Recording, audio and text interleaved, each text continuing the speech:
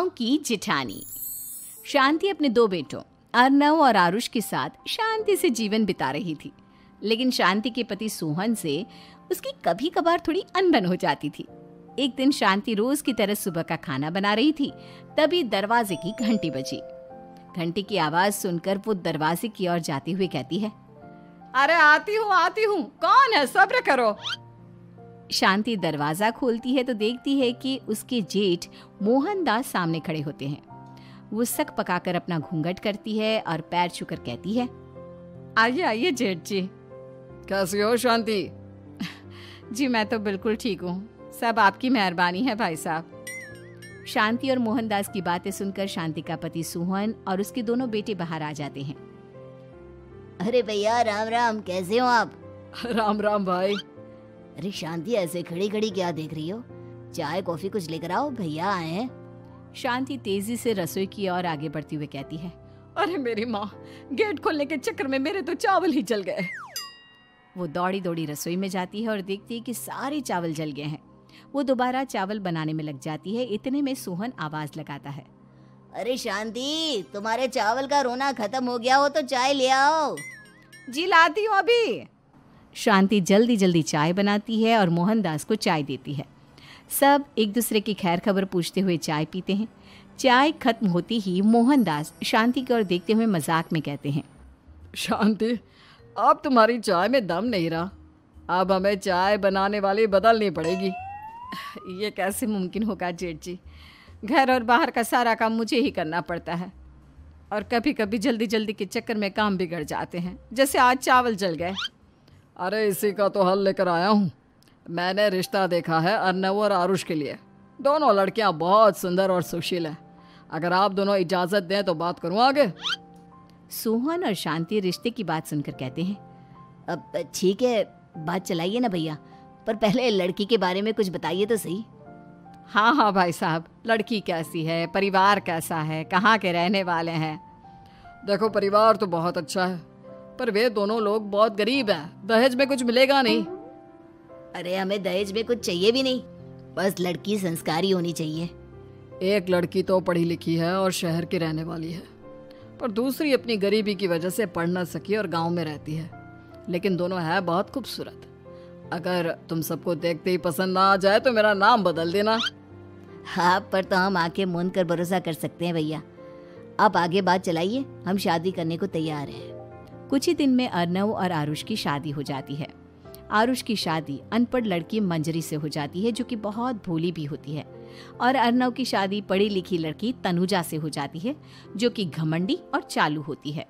एक दिन मंजरी घर के काम कर रही थी कि अचानक शांति उसे आवाज लगाती है, बड़ी बहू, ओ बड़ी बहू, मंजरी जल्दी यहाँ आओ। मंजरी जल्दी जल्दी शांति के पास जाती है। बेटा मेरे पैर दबा दे, बहुत दर्द हो रहा है। जी माँ जी, बस बर्तन धोकर आती हूँ। अरे बैठ यहाँ, मेरे पैर में बहुत तेज दर्द हो रहा है, बर्तन छोटी बहू धो लेगी। मंजरी शांति के पैर दबाने लगती है तो शांति तनुजा को आवाज लगाती है, छोटी बहू, ओ छोटी बहू। तनुजा थोड़ी देर से आराम से चलकर आती है। जी माँ जी, आपने बुलाया मुझे? आपको कोई काम था क्या? तू कुछ काम कर रही है या? शांति की बात काटते हुए तनुजा बोलती है, कुछ नहीं माँ, फोन पर अपने घर पर बात कर रही थी। अरे बाद में बात करियो अपने घर वालों से, पहले जाके बर्तन धो ले। तनुजा मुंह बनाते हुए अपनी जिठानी की ओर देखती है और मन ही मन कहती है, ये महारानी वहाँ बैठी है, ये नहीं कि बर्तन धो ले। मैंने इतनी पढ़ाई बर्तन धोने के लिए की थी क्या? तनुजा दांत पीसकर वहां से चली जाती है। अगले दिन सब दफ्तर चले जाते हैं, तभी डाकिया चिट्ठी लाता है। शांति चिट्ठी लेकर मंजरी से कहती है, बड़ी बहू, जरा छोटी बहू को बुलाना, एक चिट्ठी आई है। मेरी तो आंखें कमजोर है तो मुझसे पढ़ा नहीं जाएगा। मंजरी तनुजा के पास जाकर कहती है, तनुजा, तुम्हें माँ जी बुला रही हैं। मुझ पर हुक्म मत चलाओ, काम बताओ काम। अरे मैंने तुम पर कहाँ हुक्म चलाया, और हुक्म चला भी दूंगी तो क्या हुआ, तुम तो मेरी छोटी बहन की तरह हो ना। तुम जैसी अनपढ़, जाहिल और गांव की गवार मेरी बहन नहीं हो सकती। बेचारी मंजरी तनुजा की बात सुनकर अपना सा मुंह लेकर रह गई। कोई चिट्ठी आई है, माँ जी तुमसे पढ़वाना चाहती है, बस इसलिए बुला रही हैं। मुंह टेढ़ा करके तनुजा मंजरी का मजाक बनाती हुए कहती है, अनपढ़ कहीं की। तनुजा का ऐसा बर्ताव देखकर बड़ी बहू बहुत दुखी होती है। तनुजा को अपनी पढ़ाई का घमंड इतना हो गया कि अब वो घर के कोई काम नहीं करती और अपनी जेठानी का मजाक बनाती रहती। तनुजा का ये बर्ताव अब उसकी सास को भी नजर आने लगा था। एक दिन शांति ने अपनी बड़ी बहू से कहा, मंजरी, तनुजा हर समय तुम्हारा मजाक उड़ाती है, तुम्हें गुस्सा नहीं आता क्या? आता तो है माँ जी, लेकिन मैं क्या करूं? जब भी उसे कुछ बोलती हूँ वो और भी जली कटी बातें मुझे सुनाकर चली जाती है। मैं उसे अपनी छोटी बहन की तरह प्यार करती हूँ, लेकिन उसके दिल में मेरे लिए कोई इज्जत नहीं। बहू, तूने वो कहावत सुनी है, जुल्म करने वाले से ज्यादा जुल्म सहने वाला अपराधी होता है। मंजरी अपनी सास का इशारा समझ जाती है। वो अपनी देवरानी को सबक सिखाने की ठान लेती है और एक दिन शांति अपनी दोनों बहुओं के साथ बैठी थी तो शांति अपनी बड़ी बहू से पूछती है, अरे बहू, शाम होने को है, कुछ सोचा है क्या बनेगा खाने में? माँ जी, मेरे तो सर में बहुत दर्द है आज। मेरी प्यारी देवरानी ही कुछ अंग्रेजी खाना बनाकर खिलाएगी।